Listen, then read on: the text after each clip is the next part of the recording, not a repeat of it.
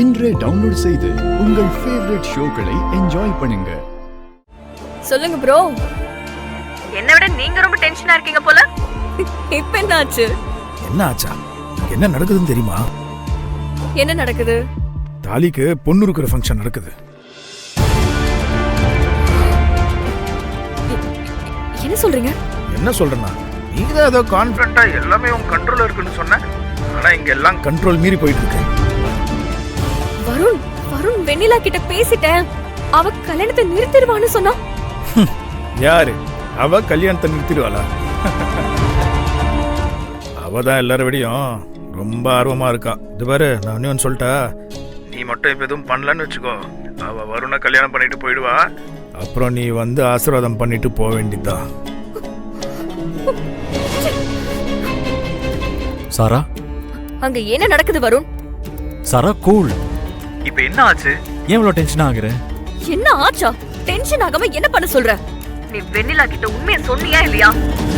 அவ எதுக்கு உங்க அம்மா கிட்ட பேசி கல்யாணத்தை நிறுத்தல? அவ ஏமாத்துறாளா இல்ல நீ இப்ப என்ன ஏமாத்திக்கிட்டு இருக்கியா? சாரா, நிச்சயமான கல்யாணத்தை நிறுத்துறது சாதாரண விஷயம் இல்ல. அதுக்கு ஒரு நேரம் காலம் பார்த்து தான் பேசணும்.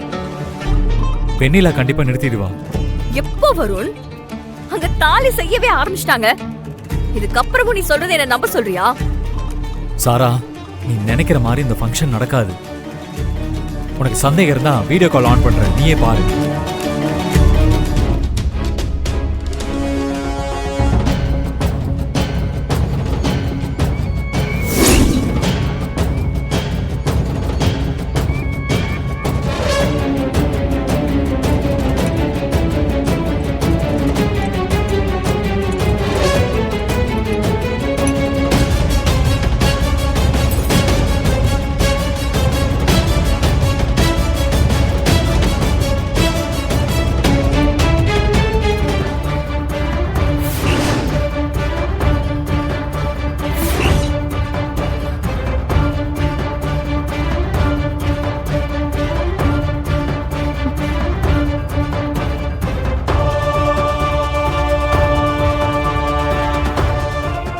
நீங்க எப்படி பண்ணுவீங்கன்னு நான் நினைக்கிறேன்.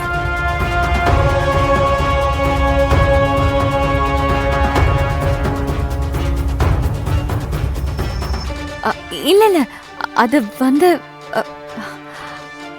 பண்ண தப்புக்கு மன்னிப்பு கேட்டீங்க. அவ்வளவு கோபம் இருந்தாலும் பண்ண தப்புக்கு உடனே மன்னிப்பு கேட்டீங்கல்ல. உண்மையிலேயே நீங்க கிரேட்டுங்க.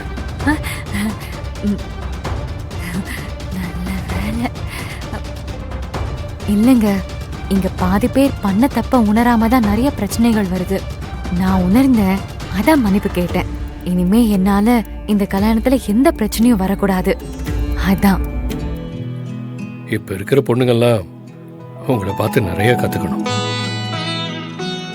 எங்க சித்தி கூட சொல்லுவாங்க, நம்ம பண்ற ஒவ்வொரு செயலும் நம்ம குடும்பத்தை பெருமைப்படுத்தணும்னு. அவங்க சொன்ன மாதிரியே உங்க குடும்பத்துக்கு நீங்க பெருமை சேர்த்துட்டீங்க. உங்களை கல்யாணம் பண்ணிக்க போறவரு ரொம்ப கொடுத்து வச்சவர்.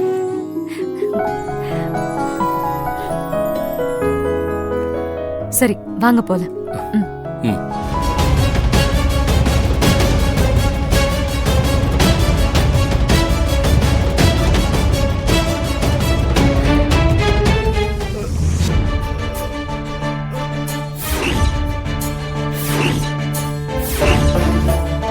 ஐயோ சாரி. ஐயா ஐயா பாருங்க. என்னாச்சு? ஐயா ஐயா என்னாச்சு? ஐயா என்னாச்சு ஐயா? கண்ணை திறந்து பாருங்க. ஐயா ஐயோ ஐயா ஐயா பாருங்க. ஐயா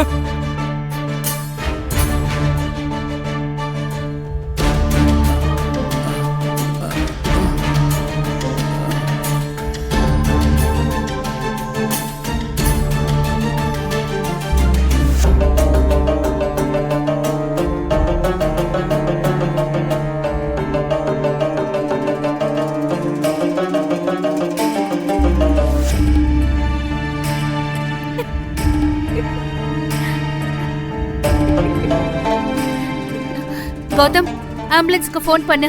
ஃபோன் பண்ணு. ஐயா சுந்தரதன், சரி, ஆம்புலன்ஸ் வந்துச்சா பாரு. என்னாச்சு ஐயா? திறந்து பாருங்க. ஐயா என்னாச்சுங்க ஐயா? ஐயோ, தாலி செய்யும் போது இந்த மாதிரி அபசகுணம் ஆயிடுச்சே. இது குடும்பத்துக்கு ஆவாதே. என்னங்க?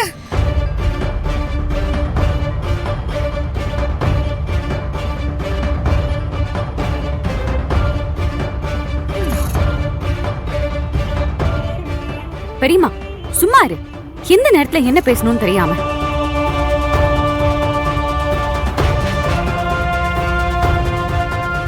ஐயா உங்களுக்கு ஒண்ணும் இல்ல, ஐயா பயப்படாதீங்க. ஐயா ஐயா இங்க பாருங்க ஐயா.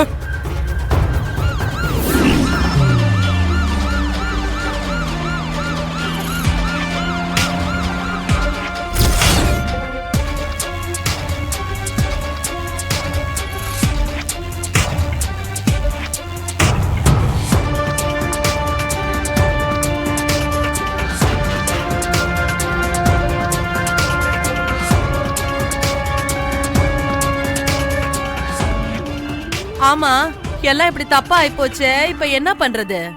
இது ஏதோ தப்பான அறிகுறி மாதிரி தெரியுது.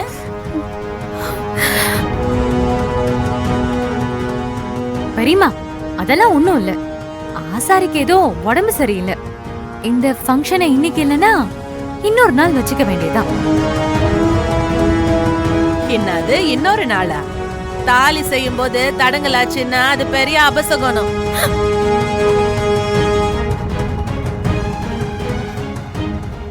இதனால மாப்பிள்ளைக்கும் பொண்ணுக்கும் அவங்க உசுருக்கே ஆபத்து வரலாம்.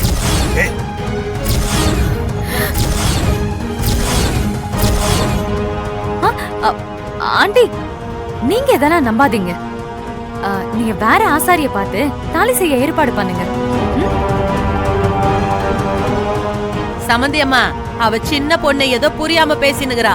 இத பாருங்க, நமக்கு கண்ணால முக்கியமா இல்ல நம்ம பிள்ளைங்களோட உசுறு முக்கியமா?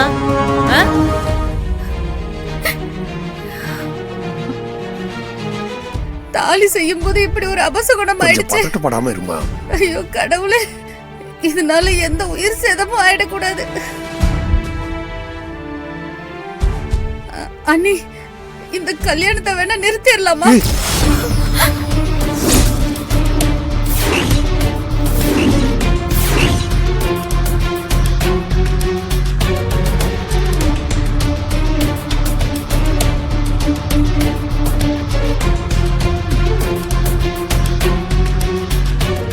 நல்ல காரியம் நடக்கும்போது இந்த மாதிரி சில தடங்கள் வரதான் செய்யும்.